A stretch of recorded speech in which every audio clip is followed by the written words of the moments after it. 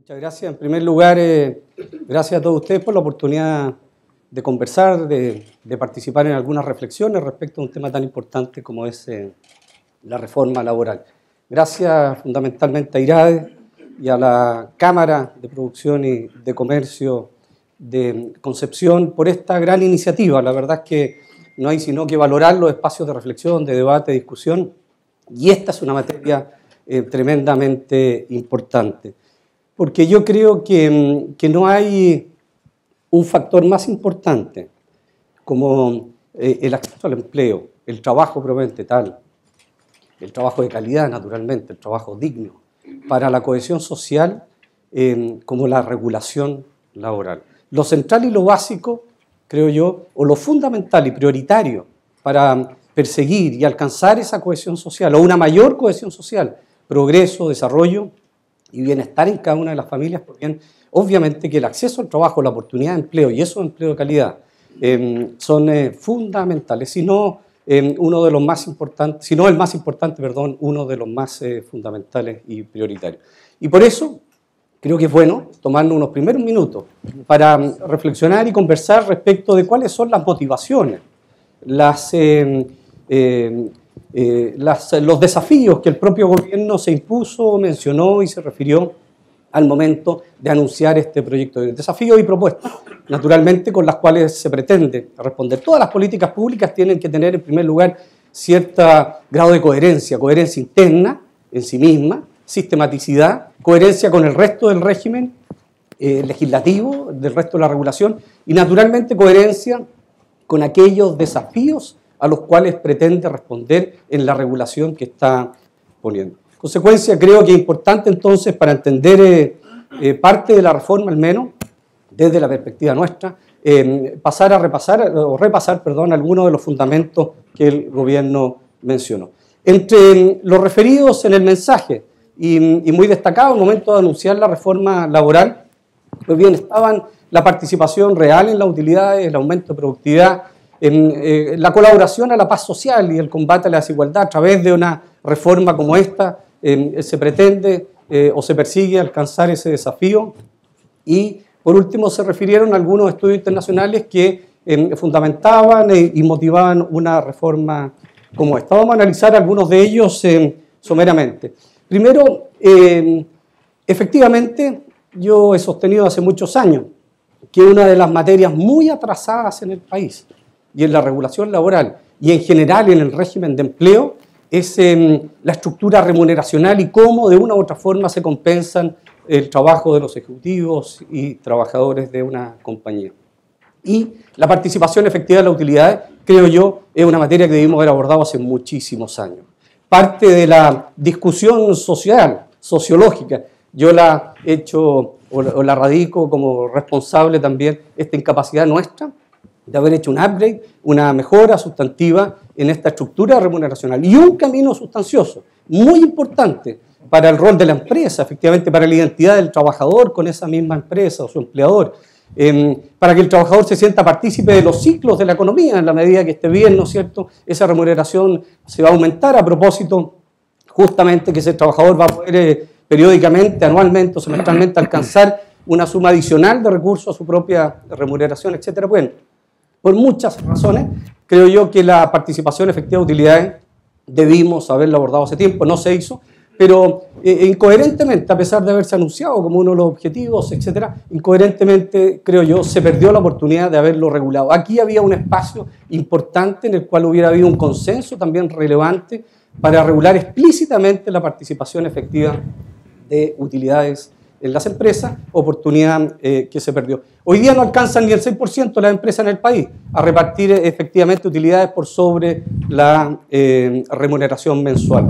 Si es que le agregamos parte de remuneración variable, comisión y participaciones, siquiera llegamos al 20%. En consecuencia, hay una tarea pendiente, no obstante haberse anunciado como uno de los desafíos y justificaciones de la reforma, no hay ninguna norma explícita que en ella la regule. Creo yo que se perdió la oportunidad y es una tarea que va a seguir estando pendiente. La segunda de ellas, con cierto argumento similar al anterior, no cabe duda que la caída en la productividad o la improductividad, la baja productividad en el país es uno de los desafíos más importantes para enfrentar el desarrollo, para enfrentar la competitividad y en general para seguir avanzando en el crecimiento y en el progreso de nuestra economía.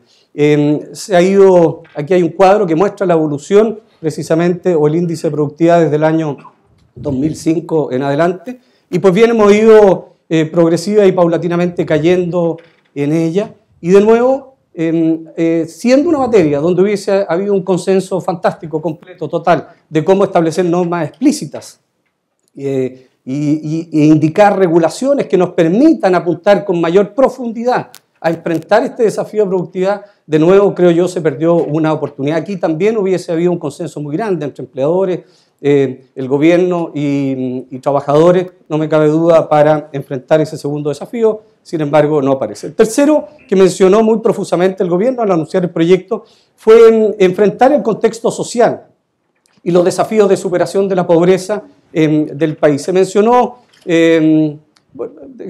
uno de ellos es discutir, reflexionar, si es que verdaderamente la regulación laboral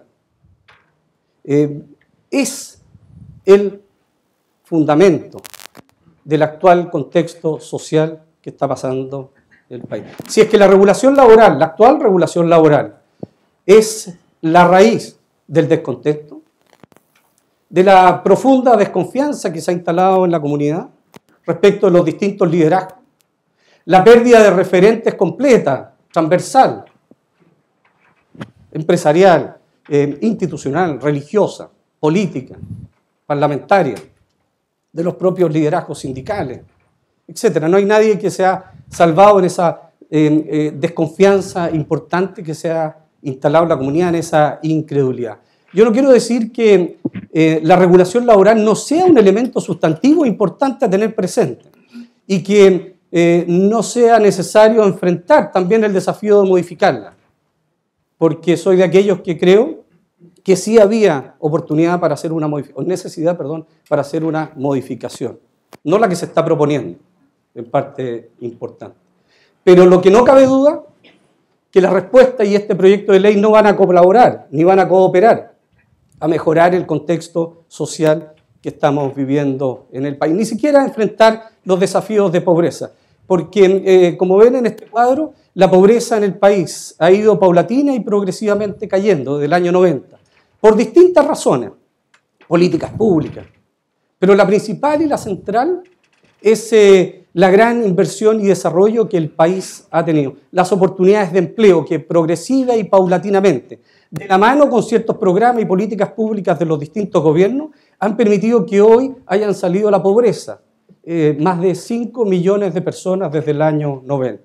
Lo que tampoco significa, para que no nos creamos el cuento, que debemos estar tremendamente satisfechos, ¿ya? Y darnos por orgullosos o por la tarea cumplida. Queda muchísimo por hacer. Hoy día nosotros tenemos todavía sobre las 400.000 personas que están viviendo en extrema pobreza en el país, sobre 1.500.000, 1.700.000. Hay diferencias respecto, dependiendo de la metodología con que se esté midiendo, pero en general es sobre el 1.300.000, 1.500.000 personas que viven en situación de pobreza, 400 y tantas mil en situación de extrema pobreza. Hay mucho que hacer, pero eso no significa desconocer el fuerte impacto que la inversión y el desarrollo ha tenido precisamente en el combate a la pobreza.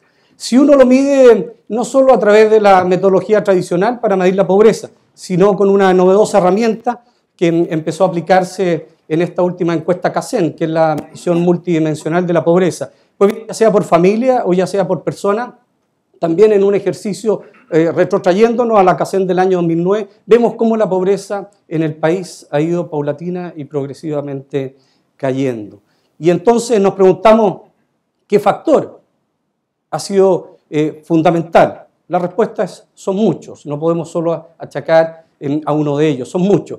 Pero dentro de esos muchos, un factor determinante, fundamental, tal como les dije al inicio, es la posibilidad de tener un empleo y un empleo de calidad. Si uno mira también otro camino a través de la variación del coeficiente de Gini, pues bien, que mide más bien las desigualdades, las inequidades, de una pobreza propiamente tal.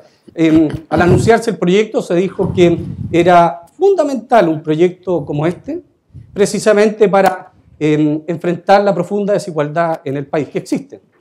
Con mis palabras, para que nadie se confunda, no quiero decir ni sostener que no existe. Pero que Chile era el país más desigual de América Latina, lo que no es correcto. Y claro, se abusa de eso. Aquí hay un cuadro que compara la evolución del coeficiente Gini en el propio país, tomé el de la CEPAL, si uno toma el del Banco Mundial o el de la OECD, Chile aparece unas milésimas en mejor posición todavía, y enseguida la comparación con el resto de los países de Latinoamérica, donde nosotros podemos ver que estamos en mejores condiciones que países importantes como Colombia, Brasil. En general, Uruguay ha sido históricamente un país muy homogéneo, muy cohesionado, muy equilibrado socialmente, y pues bien, desde hace mucho tiempo que tienen el mejor coeficiente allí. Por último, antes de entrar ya a las normas específicas, se abusó también muchísimo refiriéndose al fundamento de la reforma o el basamento de la reforma en distintos estudios y opiniones de organismos internacionales. Yo escogí 3 de ellos solo para referirme con un par de ejemplos. Efectivamente, hay numerosas instituciones que tienen opiniones individuales de los investigadores y otras opiniones que son más bien institucionales. Pues bien, algunas de ellas muy contradictorias con la propia propuesta de la reforma. La CEPAL, en su panorama social del año 2011, que es la voz oficial de la CEPAL anualmente, explícitamente indica y señala que la disgregación, la diseminación y la cantidad de sindicatos pequeñitos que hay en el país no era razón suficiente. Y es más, señala explícitamente que no hay evidencia que permita concluir que esa sea la razón del bajo poder negociador de los propios sindicatos. En consecuencia, el reclamo que hicimos nosotros en su oportunidad es que cuando se citan organismos internacionales, pues bien se citen completo, porque da para mucho y para todo las opiniones que en ellos se expresan. La propia OECD también, hay mucha coincidencia en los diagnósticos, pero cuando se hace una bajada y uno va a los propios textos de la OECD, en los cuales propone medidas concretas y específicas para enfrentar ese diagnóstico en el cual hay gran coincidencia con el diagnóstico del gobierno y con el que uno pudiese hacer, pues bien se da cuenta y encuentra profundas contradicciones precisamente con el proyecto y la propuesta del gobierno. Por último, respecto de la Organización Internacional del Trabajo, la OIT, también puede aparecer algo de esto, porque si bien la OIT ha sido de una u otra forma más crítica, colectiva e institucionalmente no, solo hay un informe en el cual no participaron precisamente el estamento de empresarios. Normalmente la OIT opina a través de acuerdos tripartitos, es una institución por excelencia tripartita en el cual gobierno, empleadores y trabajadores trabajan en común y sacan una voz común y propuestas comunes precisamente. Y pues bien, vamos a ver en 2 o 3 aspectos cómo la propia OIT tiene normas contradictorias con algunas regulaciones que está proponiendo la reforma laboral. Para despejar la inquietud también, en la OIT no hay ningún convenio, ninguna regulación respecto de la huelga. Solo hay una resolución del año 52 en que se menciona. Pero la Declaración de Filadelfia, el preámbulo, etcétera, no hay ninguna regulación. Hay una referencia genérica, les dije yo, en esta resolución, y enseguida en los convenios 87 y 89 también a propósito de hay una referencia genérica también a propósito de la resolución pacífica de diferencia entre empleadores y trabajadores. Pues bien, entremos de lleno a la reforma entonces. La primera y gran misión que uno advierte, o tarea que se impone la reforma, es cómo de una u otra forma ampliar la negociación colectiva, lo que indudablemente a mí me parece razonable, positivo, buscar ampliar la negociación colectiva de suerte tal que haya mayor representatividad en esa discusión de beneficio y condiciones o características del trabajo. Pero paradójicamente, incoherentemente, inmediatamente disminuye esa cobertura al limitar, restringir o prohibir en un caso la negociación colectiva de trabajadores no sindicalizados. En la medida que exista sindicato al interior de la empresa, cualquiera sea el porcentaje de representatividad de esto, los trabajadores no sindicalizados van a tener prohibición de negociar colectivamente. En consecuencia, observamos una primera incoherencia. Pero además, en la medida que no exista ese sindicato, pues bien, entonces los trabajadores van a poder negociar colectivamente. Pero paradojalmente, de nuevo, precariza el procedimiento de negociación colectiva de esos trabajadores. Y les quita el derecho a huelga, les quita el derecho a fuero, sin ninguna razón. Uno debiera tender a creer que el objetivo central de la regulación laboral, ¿no es cierto?, es proteger los derechos, no precarizarlos. Ha sido el alegato histórico y permanente de muchos. Pero acá nos encontramos con esa paradoja. Y uno la entiende a propósito de que el foco central de la reforma está en entregarle a los sindicatos y específicamente al directorio sindical la capacidad de negociación y la titularidad sindical. Y esta es la raíz que cruza y que permite entender o comprender el resto de las propuestas que la propia reforma hace. Y es así como los beneficiarios de la negociación colectiva solo van a ser los trabajadores afiliados al sindicato. Van a ser también los trabajadores que se afilien al sindicato dentro de los 10 días siguientes de haberse propuesto el proyecto de negociación colectiva, pero no solo en plazo de 10 días, que coincide con el plazo en que el empleador debe contestar ese proyecto de contrato colectivo, de suerte tal que va a estar contestando, en estricto rigor, sin tener conciencia ni conocimiento del total de trabajadores que se van a ver afectados, porque el sindicato tiene 5 días posteriores a este plazo de 10 para comunicarle al empleador quienes se han integrado.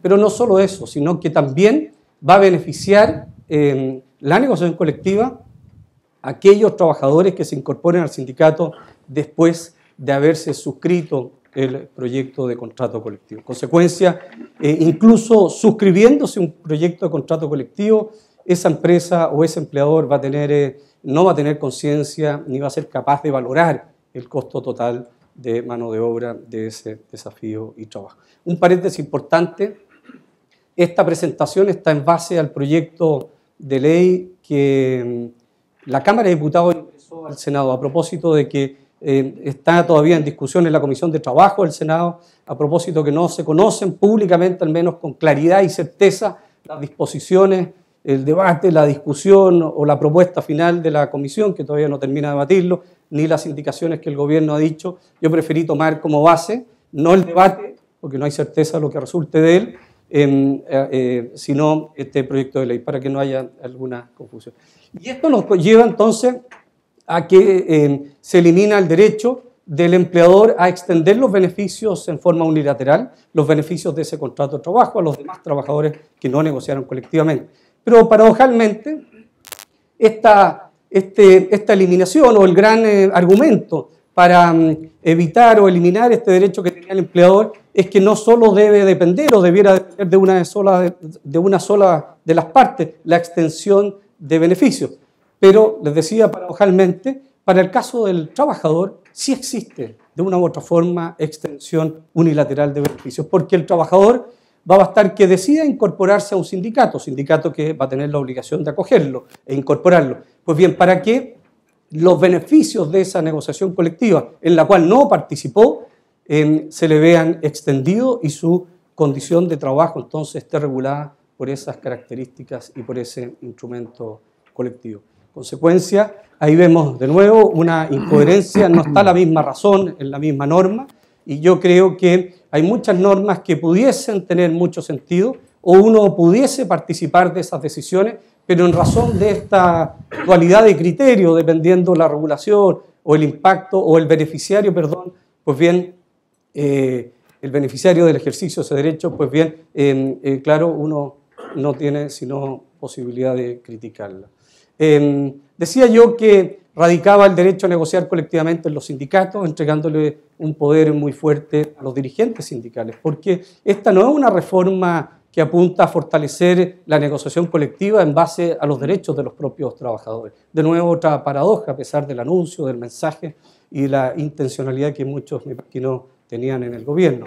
Porque nos topamos con contradicciones muy grandes, elimina un derecho muy importante de los trabajadores, que está actualmente en el artículo 379, que les permite a ellos, reunidos en un 20% más, censurar a la comisión negociadora, por cualquier razón que sea. Elimina el derecho a los trabajadores para reincorporarse o descolgarse al día 15, al día 30, sabíamos que se podían descolgar, pero ni siquiera lo instala como un derecho colectivo, sino que los trabajadores pierden definitivamente la capacidad de pronunciarse respecto de esa negociación colectiva.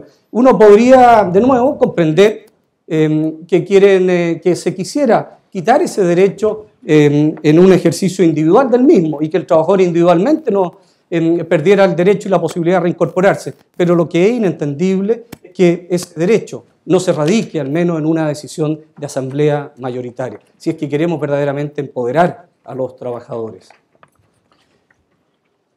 Ahora bien, otro de los aspectos fundamentales, creo yo, es la discusión respecto del piso mínimo y la ultraactividad. El piso mínimo viene a regular el estándar y las características de la respuesta del empleador en una negociación colectiva. Y esa respuesta del empleador no puede ser en condiciones más bajas, más precarias y menores que las condiciones y los beneficios de la negociación colectiva anterior. Durante la negociación, efectivamente pueden concluir en un proyecto colectivo que establezca características o beneficios menores, pero la respuesta inmediata del empleador. Y enseguida establece la norma qué es lo que se excluye de este piso mínimo. Pero aquí lo central y lo básico, creo yo, es que este condicionamiento, primero, no va a recoger, no va a flexibilizar, ¿no es cierto?, esa negociación colectiva a propósito de los ciclos económicos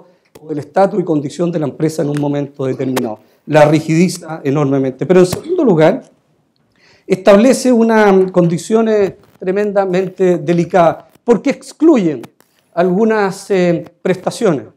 Y finalmente, lo que puede llevar a hacer es que en las negociaciones colectivas se empiece a priorizar y a primar el entregar beneficios bajo estas condiciones y características en desmedro de beneficios como el aumento real de remuneraciones que van a impactar de mucha mejor forma en cada uno de los trabajadores y sus familias.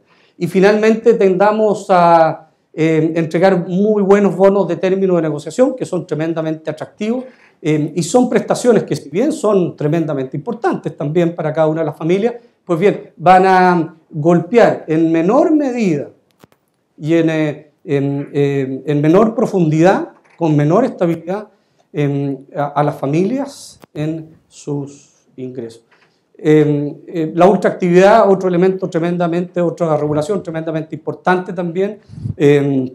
La ultraactividad, por si acaso, significa o es el efecto que produce el término de un contrato colectivo cuando dentro de los pasos previos no se ha iniciado una negociación que le permita renovar precisamente ese instrumento colectivo. Y lo que sucede es que al terminar la vigencia de un instrumento colectivo, sin que se haya desarrollado el procedimiento de renovación de ese contrato o convenio hoy día, pues bien, lo que pasa es que termina y las cláusulas se radican en los contratos individuales de las personas.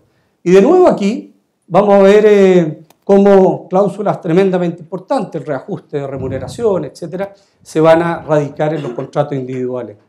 Y esto, nuevamente, al igual que con el piso mínimo, puede llevar a que las negociaciones colectivas deriven en prestación y beneficio que impactan en no en peor medida, porque impactan positivamente de cualquier forma, pero que finalmente en beneficio de las propias familias y de los trabajadores tienen un impacto no periódico, no mensual, se estén derivando las negociaciones colectivas, cláusulas o beneficios y prestaciones que, les reitero, tienen menos impacto y estabilidad o profundidad para la familia. Estamos en el tiempo, hay una referencia que la podemos hacer a lo mejor en el diálogo a los servicios mínimos importantes y algunos retrocesos.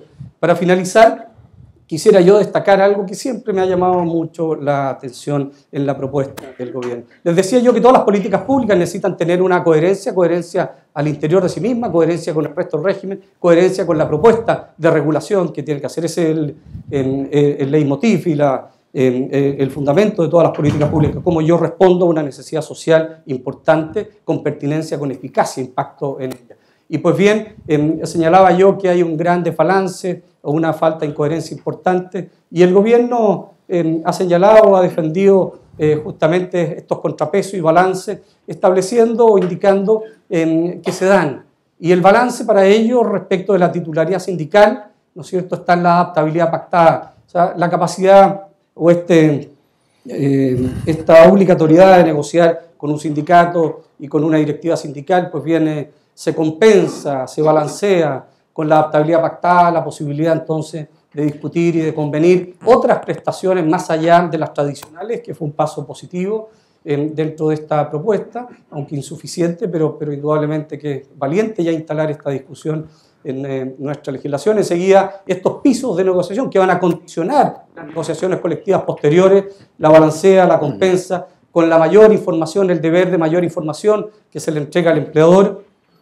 Y, por último, el fin de reemplazo en las huelgas lo balancea o lo contrapesa con la regulación de los servicios mínimos, que en ningún caso los servicios mínimos van a poder sortear, van a poder servir o ser utilizados para siquiera la mínima operación de la empresa. Son 13 condiciones básicas hasta el momento de la discusión, al menos legislativas, que van a permitir y tolerar el servicio mínimo, pero ninguna de ellas dice relación con la posibilidad de que la empresa pueda desarrollar siquiera el mínimo de operación para poder sustentarse y mantenerse. En razón del tiempo, lo dejamos hasta acá. Muchas gracias por la oportunidad de conversar con ustedes.